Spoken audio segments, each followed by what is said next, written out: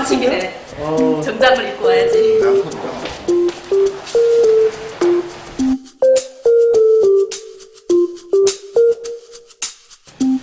자, 여기가 안녕하세요.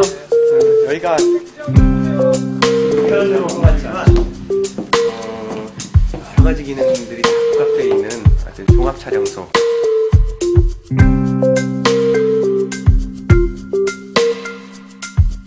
다양한 프로그램을 하고 이렇게 우리 바다에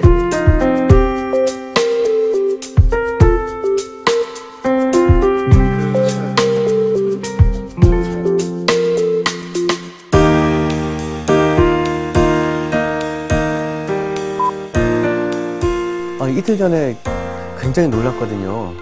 굉장히 이제 중대 발표가 있다라고 이제 북쪽 언론에서 얘기를 했잖아요. 그 여기 사람들이 다 많은 사람들이 점심도 못 먹으러 가고 그 중대 발표가 뭔가 혹시 쿠데타가 일어났나 하고 생각한 사람들도 있고요. 그랬는데 그 김정은 제1비서 원수칭호 부여 이렇게 이제 딱 단 한 줄로 해서 남쪽에서는 굉장히 많은 패러디도 나오고 그랬어요. 봤어요? 봤어요? 남쪽 이명박 왼수칭호 부여 뭐 이렇게.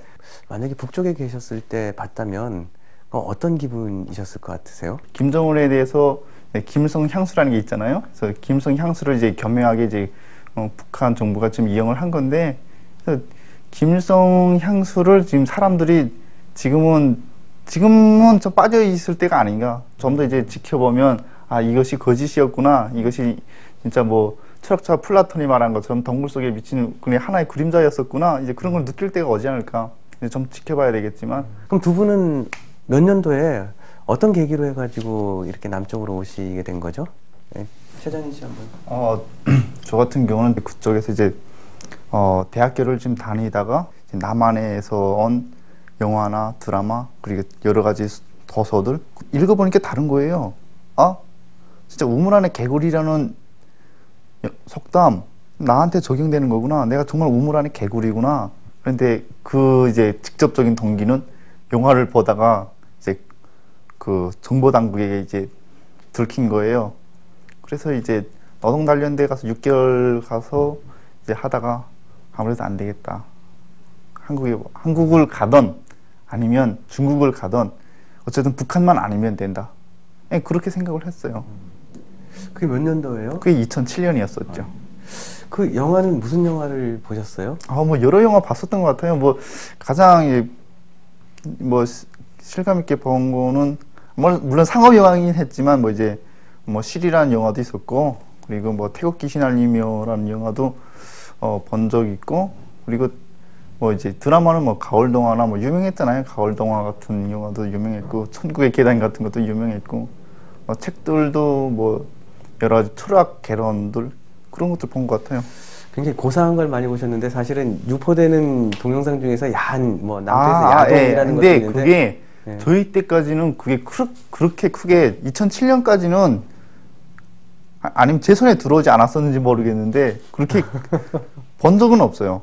근데 이제 그 19금 영화 같은 게 있잖아요. 이게 이렇게 약간 배드씬 같은 것들이 섞인 영화들은 있는데 그게 좀 신선했죠. 충격적이었죠. 북쪽에서는 그런 장면이 없으니까. 아, 그렇죠. 예. 북에서 이게 나치가 나오는 영화는 그게 뭐 백두산이라는 영화가 있는데 이게 방 안에 이제 그 여자가 있고 이제 이게 등잔불에 비치는 그 그림자가 있는 그게 그냥 최고의 그런 거였었던 것 같아요. 조기천의 시에서 백두산. 맞아. 그게 좀 야했어요. 그게 야했어요. 그게 이제 가슴이 또렷하게 나왔었거든요. 그래서 저희 그쪽엔 성교육을 안 시켜요. 그러니까 그것만 해도 충격적이었었던 거죠. 동명숙 씨도 영화를 보셔다가 오셨나요? 아니에요. 저는 이 장현 씨 이 친구의 이야기를 들으면서도 저는 깜짝 놀랐는데, 저는 한창 그 95년도부터 북한에서 고난의 행군이 시작이 됐었어요. 그때 정말 사람들이 무리로 죽어나갔고, 근데 정말 아우 불쌍하다, 안 됐다, 이런 동정심 같은 것도 어느 정도 내가 정말 여유가 있을 때 누리는 감정이더라고요. 내가 옆에서 친구들, 뭐 동네 어른들 막 죽어나가는 걸 보니까 그냥 아무 생각이 없어요. 싸늘해져가지고. 왜냐하면 저 모습이 일주일 뒤에 내 모습이니까. 그때 나는 정말 머리칼이 곤두선다는 느낌을 그때 받았거든요. 제가 그때 한창 나이 지금 20살, 정말 낭낭 18세 이런 나이인데 내가 뭐 어디 정말 불치의 병에 걸린 것도 아니요. 그러는데 단지 먹을 게 없어서 죽어야 된다는, 당에서는 죽을 걸 강요를 하잖아요. 지금 여러 가지 경제 봉쇄 책동으로 해가지고 어렵고 힘들어.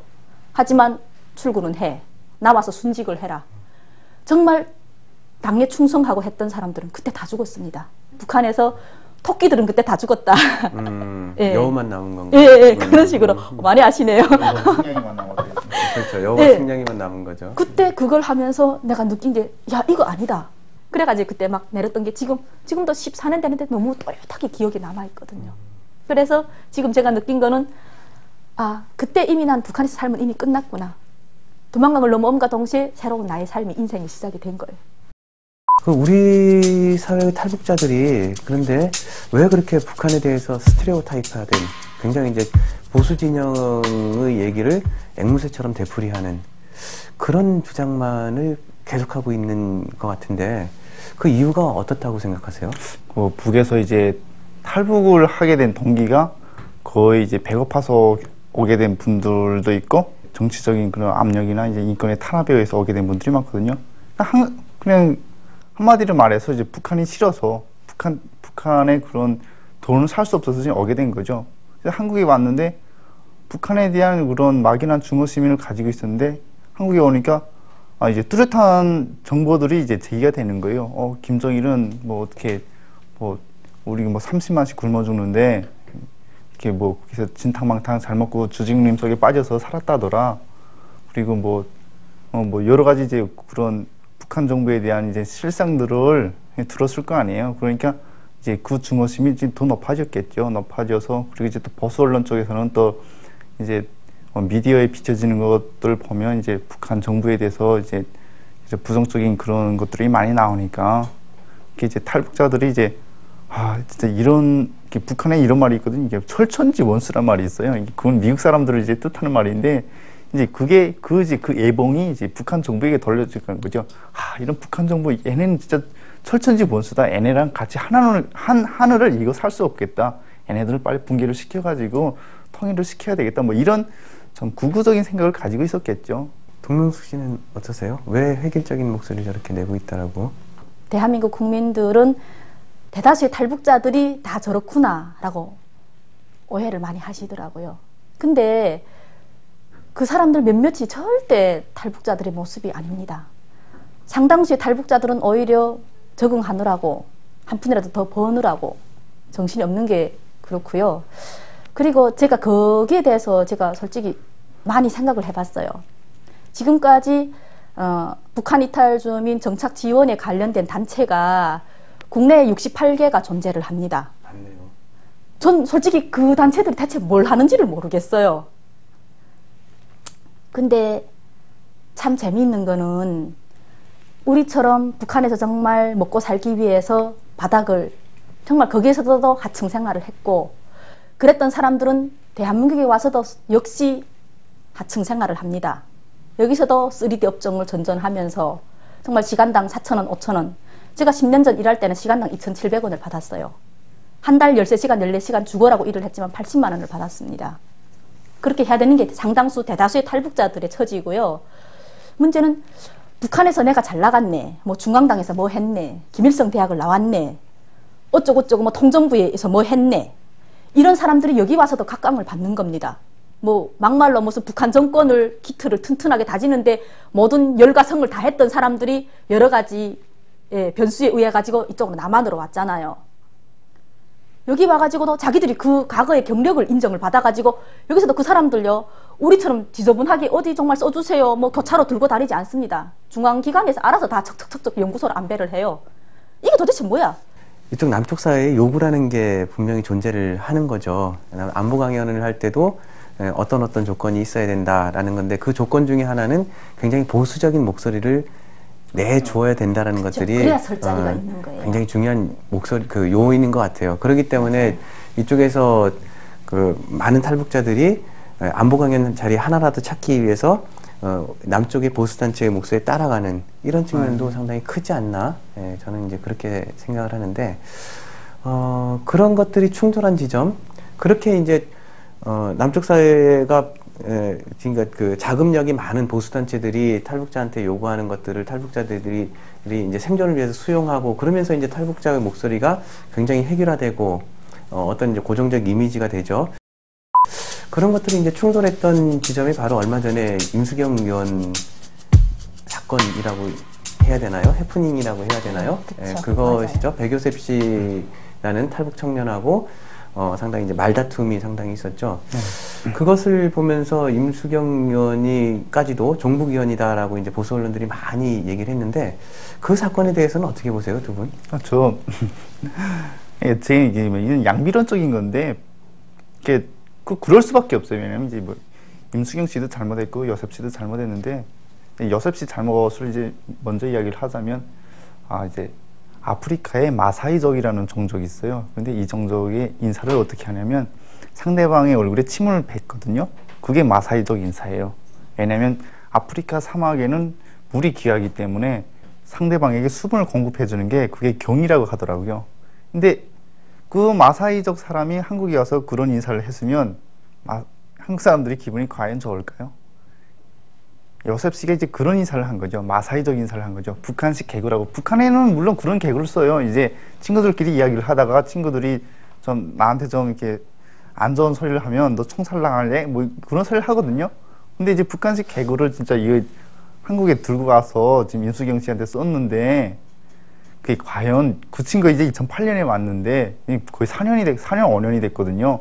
그러면 한국 문화에 대해서 대체를 알 수 있는 그런 정도인데 왜 그런 걸 했을까 해서 그렇고, 임수경 씨는 너무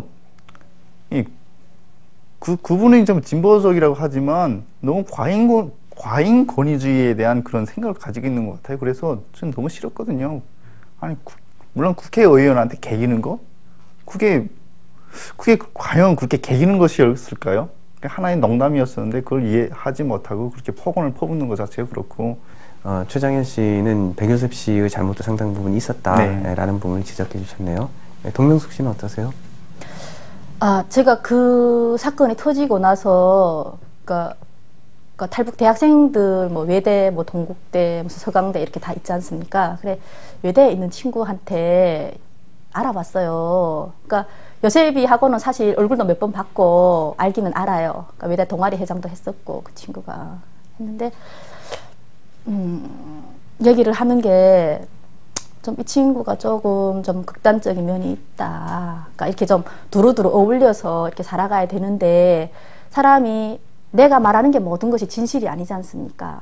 물론 진실이 아니고 모든 것이 진리가 아니잖아요. 너무 이렇게 내 말만 내 말이라 하고 상대방의 말을 이렇게 들으려고 안 하는 거는 되게 좀 폐쇄적인 내지는 그런 경향이 있다. 안타깝다, 그 친구들은. 더구나 지금 외대에서 그 일이 벌어져 가지고, 솔직히 탈북 대학생들 같은 경우는 지금 세금을 지원을 받아서 학교를 다니고 있잖아요. 그러니까 국가에서 세금을 지원을 해주는 이유 자체가 얘네들이 튼튼한 통일의 징검다리, 디딤돌이 되라고 해두는 건데, 오히려 이런 식으로 진짜 뭐 보수 쪽에 여러 가지 일이 휘말려 가지고 남남 갈등을 불러일으키는 지금 기제로 작동을 하는 게 현실이니까, 그게 꼭 탈북 대학생만 아니고 여타 뭐 탈북 단체 내지는 뭐 대북 풍선 뭐 이런 식으로 그게 다 지금 악용이 되고 있는 게 현실이거든요. 제가 요셉이 사건을 보고 내가 생각을 한 게 어떤 생각을 했냐면, 그러니까 지금까지 분단된 일에 대한민국이 어떻게 뭐 멀리는 4.19부터 5.18, 60 여러 가지 굵직굵직한 정말 사연들이 있었지 않습니까? 여기에 대한 초보적인 이해부터 탈북자들한테 시켜야 된다. 두 분 말씀이 이제 상당히 그 새로운 지점들이 많은 것 같아요. 특히 이제 탈북자들이 보수 진영, 특히 보수 언론 같은 데에서 이용당하고 있다 하는 지적 같은 것들은 상당히 귀담아 들을 만한 부분인 것 같습니다. 왜냐하면 아까 말씀드린 대로 지금 탈북자들이 너무나 단일한 이미지로만 인식이 될 때, 그 사람들이 북한에 대해서 독재국가라고 이제 비판하고 그 변화의 움직임에 대해서 눈여겨보지 않을 때 어느 순간 남쪽 주민들로부터 탈북자들이 더욱 외면받을 수도 있다라고 생각을 하거든요. 근데 아까 자각 같은 것들은 탈북자 전체 사회를 위해서 굉장히 이제 중요한 목소리가 아닌가 하고 저는 생각을 하고요. 동명숙 씨는 이우정 장학생이라고 들었습니다. 이우정 장학생은 상당히 이제 어떤 민주적인 시각을 가진 분들한테 주는 건데, 그래서 최장현 씨가 좌파라고 하나 보죠? 발언 자체가 좀 국자적인 것 같아요. 그거는 네 편견이야. 거기에 대해서 내가 정정을 해줄게. 근데 왜 이런 얘기를 듣죠? 왜 같은 동료한테 극자적이라는 용어를 아니 장난이에요. 장난인가요? 네. 너무 진지하게 받아들이시는 것 같아요. 말씀하지 않습니까? 네. 백여세비 사건을 예를 들었잖아요. 아유, 너는 그 북한에서 총살 당할래? 이런 식으로. 그러니까 좀 북한 자체가 용어가 좀 되게 전투적이에요. 좀 과격한. 백요셉 씨도 그렇게 이제 서로 간에 문화적 차이입니다. 네, 그러니까 서로 간에 이해가 있었다면 그렇게 이제 웃고 넘길 수도 있는 상황이었는데요. 근데 그것이 이제 종북주의라는 것을 뭐 그런 이제 표제어를 통해 가지고 신문에 너무 많이 이제 보수 진영에서 선전하고 여기 남쪽에 정북을 만드는데 이제 이용하고 그러기도 했죠. 근데 종북주의라는 논쟁은 사실 그 이전에 통합진보당 의원들에 대해서 보수 언론들이 공격하는 용어를 많이 썼잖아요. 그 굉장히 이제 용어 자체가 부정적이죠. 그렇죠. 저는 뭐 친북이라고 하면 오히려 그럴 수도 있다라고 생각을 해요.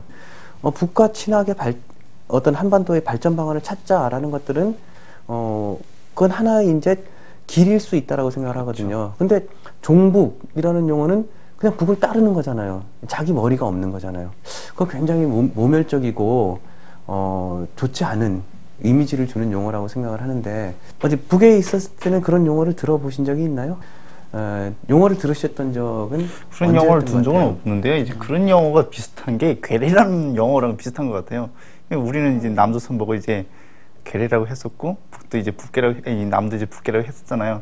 그러니까 어떻게 보면 이제 북한을 추정하는 괴뢰라는 그런 뜻으로 이제 정북이라는 의미가 이제 이렇게 해석이 되겠죠. 그런데 실제 뭐 정북이라는 게 원래 북한의 사상이나 뭐 이념 같은 걸 이제 무비판적으로 받아들이는 걸 정북이라고 할 수 있는데,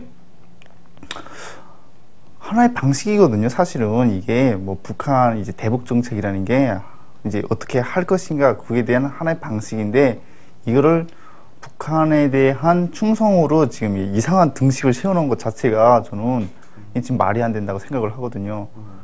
아니, 이제 여러 가지 방법이 있거든요. 이제 북과 이제 하는 게. 그러니까 이제 지금 최장현 씨 말씀은 종북이라는 용어 자체가 틀렸다. 그 사람들이 주장하는 것들은 어떤 북도 좋은 점이 있으면 받아들여야 된다는 주장을 했을 뿐이다. 네. 뭐 이렇게 이해를 하신다는 거죠? 그렇죠, 그렇죠. 뭐 북괴라고 생각해요. 뭐 반국가 단체라 생각해요.